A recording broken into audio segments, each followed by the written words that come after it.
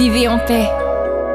Caroline Cloutier, experte en services funéraires et puis de la coopérative funéraire du Grand Montréal. Bonjour. Bon matin, Charles. Salon de la mort le week-end dernier, t'étais là, toi? Oui, j'ai passé tout le week-end, 3 et 4 novembre, au Palais des Congrès pour la première édition du Salon de la mort.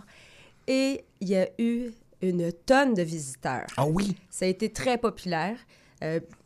On ne pouvait pas Étonnamment? savoir. Étonnamment? Ben, c'est la première édition, donc on ne pouvait pas savoir combien de gens seraient présents. Mais notre kiosque de la coopérative, sérieusement, on a donné de l'information sans aucun répit. Le samedi, on était 6 employés de la coopérative à donner de l'information à une personne après l'autre. Il y avait vraiment, là, c'était sans arrêt. Il y a eu énormément de visiteurs parce qu'il y avait vraiment quelque chose d'intéressant à voir. Il y a eu de nombreuses conférences avec des professionnels.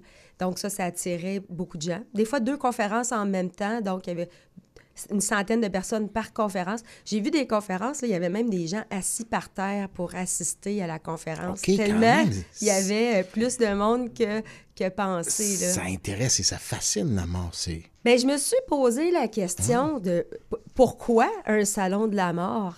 Puis en même temps, pourquoi pas? J'ai trouvé plein de réponses. Je me suis dit, il y a vraiment un besoin. S'il y a autant de gens qui viennent à un salon de la mort, c'est parce qu'il y a un besoin d'être informé. On veut aussi trouver des outils pour passer au travers d'un deuil. J'ai eu la chance d'aller manger avec le vice-président de la librairie Le Parchemin. Et eux, ils ont toute une section de livres sur le deuil et comment expliquer la mort aux enfants. Et ils étaient très, très surpris là, de la quantité de livres qu'ils ont vendus pendant la fin de semaine. OK, de moins en moins tabou, la mort, alors? Ben non, les gens sont de plus en plus à la recherche d'aide et de soutien. Donc, il y avait de très, très beaux livres, là, et ça s'est vendu parce que les gens ont besoin. Puis, aussi, avec le nombre grandissant de décès, ça fait qu'il y a plus de monde qui vivent un deuil aussi. Tout à fait. Tu sais, il y a une logique derrière ça. Il y a la préparation aussi de tout ça aussi qu'il faut envisager. Il y a le deuil, certes, mais il y a aussi notre préparation puis notre acceptation de cette affaire-là aussi. Il y a beaucoup de gens qui sont venus pour voir quelles sont les offres sur le marché.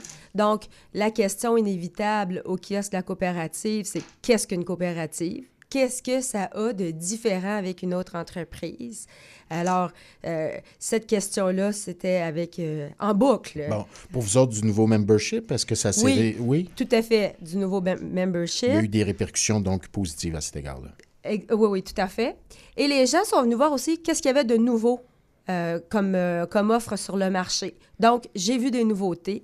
J'ai rencontré un artiste qui fait de la peinture avec il fait des toiles vraiment magnifiques avec des cendres intégrées dans la peinture. Okay. C'était surprenant, très intéressant à voir. Des urnes écologiques de nouveaux modèles, un kiosque sur l'aquamation qui intéresse aussi les gens, et puis des urnes connectées. Alors, des urnes connectées? Oui.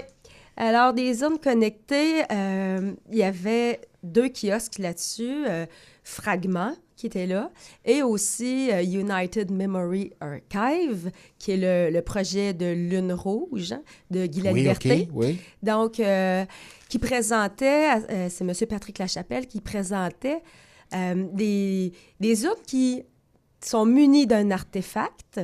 OK. Et cet artefact-là contient ta rivière de vie.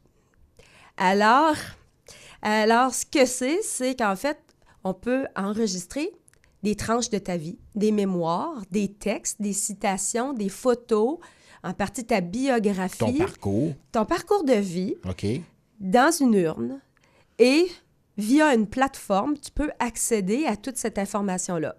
Donc, on pourrait coder comme ça l'ensemble d'un columbarium ou d'un mausolée et se promener et puis pouvoir découvrir l'histoire des gens.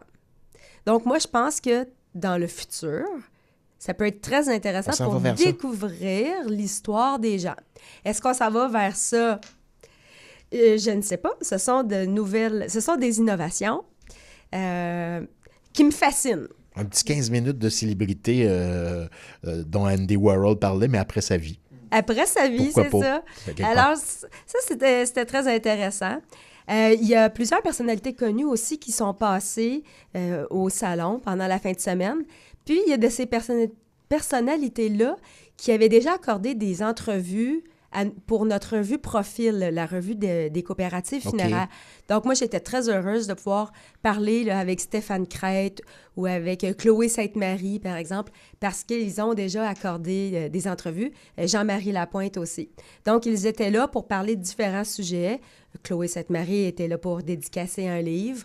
Donc, vraiment, là, il y avait cette semaine des proches aidants, c'est actuellement la semaine des proches aidants, d'ailleurs. Hein? Oui, tout à fait. C'est ça. Ouais. Oui, c'est ce qu'on disait tantôt.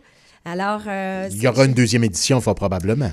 Je ne sais pas, les retombées, ils doivent tous être en train d'évaluer ça. Je ne sais pas s'il y aura une deuxième édition, mais j'étais très heureuse et la coopérative était bien, bien contente là, d'assister à cette première édition, d'en faire partie. Ben voilà, merci beaucoup. On se reparle la semaine prochaine. Merci Bien Caroline sûr. Cloutier, donc de la coopérative funéraire du Grand Montréal. Bonne semaine à toi. Vivez en paix, présenté par la coopérative funéraire du Grand Montréal.